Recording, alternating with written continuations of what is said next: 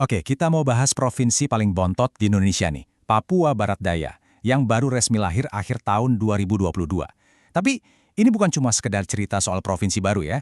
Anggap aja ini sebuah laboratorium raksasa. Sebuah eksperimen besar yang mungkin banget bisa jadi cetak biru masa depan Indonesia. Penasaran kan? Yuk kita bedah bareng-bareng. Nah, kita mulai dari yang bikin penasaran dulu ya. Namanya itu Papua Barat Daya. Tapi kalau teman-teman lihat peta, posisi provinsi ini tuh ada di ujung barat laut Pulau Papua. Loh, kok bisa? Aneh kan? Tenang, ini bukan salah nama. Justru, anomali geografis ini jadi pintu masuk buat kita ngertiin cerita yang lebih dalam soal sejarah dan aspirasi masyarakat di sana. Dan ini dia, inti dari obrolan kita kali ini. Lahirnya Papua Barat Daya itu bukan sekedar nambahin jumlah provinsi jadi 38. Ini kesempatan emas yang jarang banget ada. Bayangin, kita bisa membangun sesuatu dari nol, dari kertas kosong. Tapi dengan visi yang dari awal udah jelas banget. Gimana caranya ekonomi dan ekologi itu bisa tumbuh barengan, saling dukung, bukan malah saling sikut dan ancurin. Tapi, sebelum kita ngomongin visi-visi besar yang keren tadi, kita coba lihat dulu alasan-alasan yang lebih membumi. Alasan praktis kenapa provinsi ini harus lahir. Kenapa sih pemekaran ini penting banget buat kehidupan sehari-hari masyarakat di sana? Oke, jadi provinsi baru ini wilayahnya mencakup 1 kota dan 5 kabupaten. Dan kalau kita lihat di tabel ini, pembagian perannya tuh jelas banget. Ada kota Sorong yang jadi ibu kota, pusat denyut ekonomi, sekaligus gerbang utama logistik.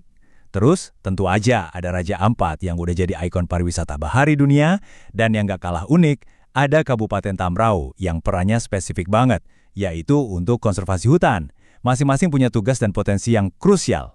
Nah, ini salah satu alasan utamanya nih. Coba bayangin deh, dulu itu warga dari Sorong atau Raja Ampat kalau mau ngurus surat-surat penting harus menempuh perjalanan yang jauh dan pastinya mahal ke Manokwari. Jauh banget. Sekarang, dengan ibu kotanya di Sorong, semuanya jadi dekat. Pemerintah jadi lebih gampang dijangkau, pelayanan publik jadi jauh lebih cepat dan efisien, beda banget rasanya. Jadi tujuan besarnya apa? Sebenarnya simpel. Memastikan kue pembangunan itu nggak cuma numpuk di satu tempat, tapi benar-benar dirasakan semua orang sampai ke pelosok. Artinya fokusnya adalah ningkatin kualitas pendidikan, kesehatan, dan yang paling fundamental, memberdayakan orang asli Papua. Memberi mereka kendali lebih besar atas nasib dan pembangunan di tanah mereka sendiri. Oke, cukup soal urusan birokrasi dan administrasi. Sekarang kita beralih ke harta karun yang sesungguhnya. Permata yang dimiliki provinsi ini, yang namanya udah mendunia. Kita mulai dari bawah permukaan laut. Raja Ampat itu sadar banget sama potensi sekaligus jebakan pariwisata. Makanya, mereka menolak mentah-mentah konsep pariwisata massal yang biasanya malah merusak. Filosofi mereka adalah ekowisata berkelanjutan. Jadi, ini bukan soal ngejar target berapa banyak turis yang datang, tapi soal kualitas kunjungannya. Tujuannya yaitu memastikan setiap rupiah yang dibelanjakan turis bisa sampai ke masyarakat lokal dan dampaknya ke alam seminimal mungkin. Ini dia kata kuncinya, high value, low impact. Artinya, mereka menyasar turis yang rela bayar lebih untuk sebuah pengalaman yang eksklusif, otentik, dan pastinya ramah lingkungan. Dengan strategi ini, pendapatan daerah bisa tetap tinggi, tapi tekanan ke ekosistem terumbu karang yang super rapuh itu bisa ditekan habis-habisan. Jenius kan? Dan ini bukan cuma slogan buat brosur pariwisata loh. Secara ilmiah, Raja Ampat itu benar-benar pusat dari keanekaragaman hayati laut di seluruh planet ini. Jadi ngejaga Raja Ampat itu bukan cuma tanggung jawab Papua Barat Daya atau Indonesia, tapi tanggung jawab kita semua sebagai warga dunia. Dan masyarakat pesisir di sanalah yang jadi garda terdepannya. Nah, dari birunya permata di lautan, sekarang kita terbang ke darat menuju jantung hijau provinsi ini. Ini adalah pilar kedua dari visi hijau Papua Barat Daya yang gak kalah penting dan gak kalah kerennya. Apa sih yang bikin Tambrau ini spesial banget? Statusnya itu loh sebagai kabupaten konservasi. Ini sebuah komitmen hukum yang revolusioner. Artinya semua kebijakan pembangunan, semua tata ruang di kabupaten ini, hukumnya wajib sejalan dengan prinsip perlindungan hutan dan satwa liar. Sebuah langkah yang luar biasa berani. Terus pertanyaannya kalau hutannya cuma dijaga, duitnya dari mana? Nah, slide ini ngejawab. Uangnya justru datang dari menjaga hutan itu. Bukan dari nebangin pohon. Caranya?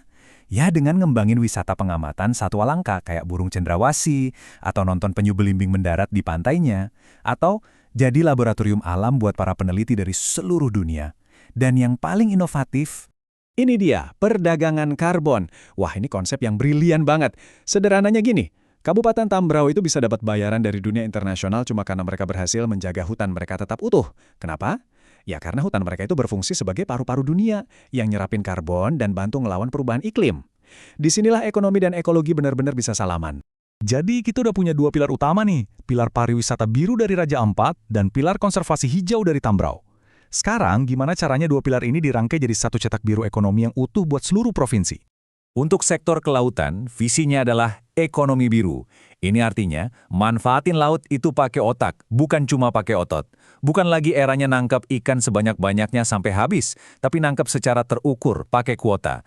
Bukan lagi ngejual ikan mentah murah-murah, tapi bangun industri pengolahan lokal, biar nilai tambahnya bisa dinikmati masyarakat di sana.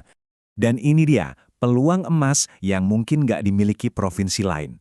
Sebagai provinsi baru, Papua Barat Daya itu nggak punya beban infrastruktur energi kotor dari masa lalu, kayak pembangkit listrik tenaga batu bara yang tua. Mereka bisa melompat, istilah kerennya leapfrog, langsung ke masa depan energi bersih. Solusinya pun nggak ada, dan bisa disesuaikan sama kondisi geografisnya yang beragam. Buat pulau-pulau kecil di Raja Ampat, pembangkit listrik tenaga surya atau PLTS itu jawaban yang paling pas.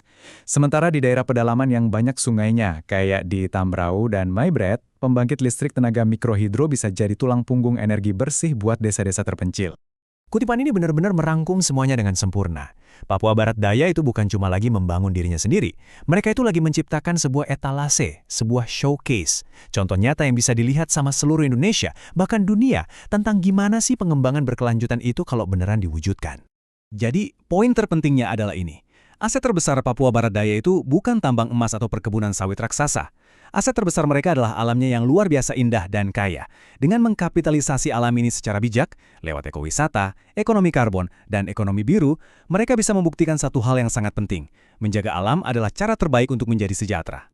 Pada akhirnya, inilah pertanyaan yang harus kita renungkan bersama.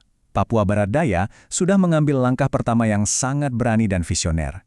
Mereka membuktikan kalau menjaga alam dan membangun ekonomi itu bukan dua hal yang bertentangan. Nah, pertanyaannya sekarang buat kita semua, apakah wilayah-wilayah lain di Indonesia siap untuk belajar dan mengikuti jejak mereka?